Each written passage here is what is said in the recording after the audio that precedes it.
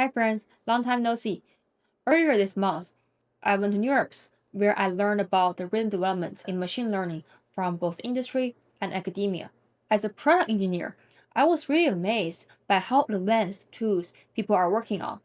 I learned about the efficient and distributed optimizers and more efficient transformers and attention mechanisms that are not only scalable but also efficient. But at the same time, I feel very conflicted because I'm not sure where and how much usage these things can be applied to my work directly.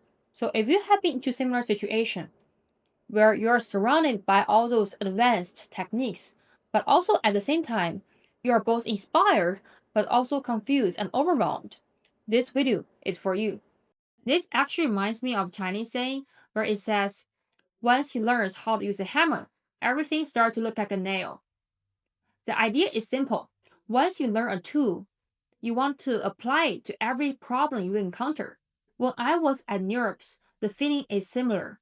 I was so amazed and overwhelmed by all the new fancy techniques, the optimizers, new architectures, more efficient attention mechanisms, all those fancy new hammers. And once you learn about those new tools, new hammers, you just can't stop asking yourself, where can I apply those tools? But there's another important distinction.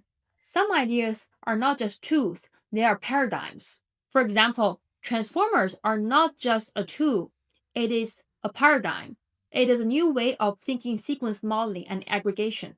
It is the kind of idea that worth applying broadly because it changes how you see things.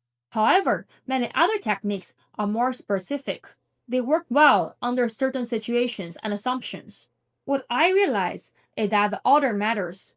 Often in school and in research, we learn the tools first, we learn the solutions first, and then we're promised that these tools and solutions will be applied and be useful in some sort of future situations. But in real life, it's usually the reverse order. We encounter a problem first, and then we solve it. But in real life, the more efficient way to do things is that first, understand, acknowledge what problem you are facing first, and then figure out a solution. As you can see, when the order is reversed, it is easy to fall into the trap of what I call the hammer trap.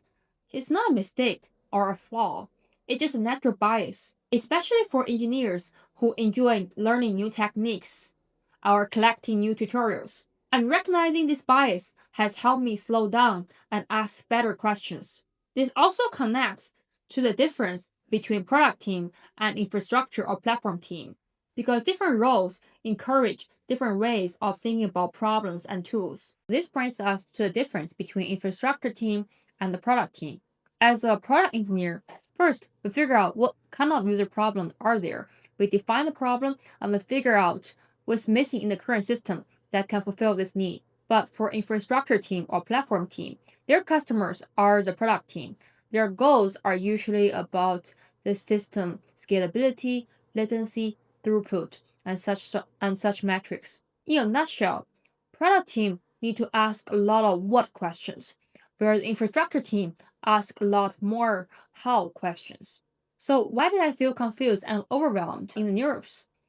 A lot of the issue is my instinct is always what are the user problems we are trying to solve. But Neurips, all the papers and talks, they are answering me a question about how, not what.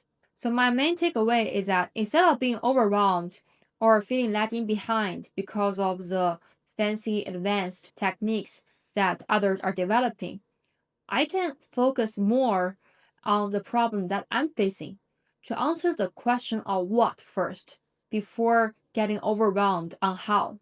Thank you for watching. That's it for today.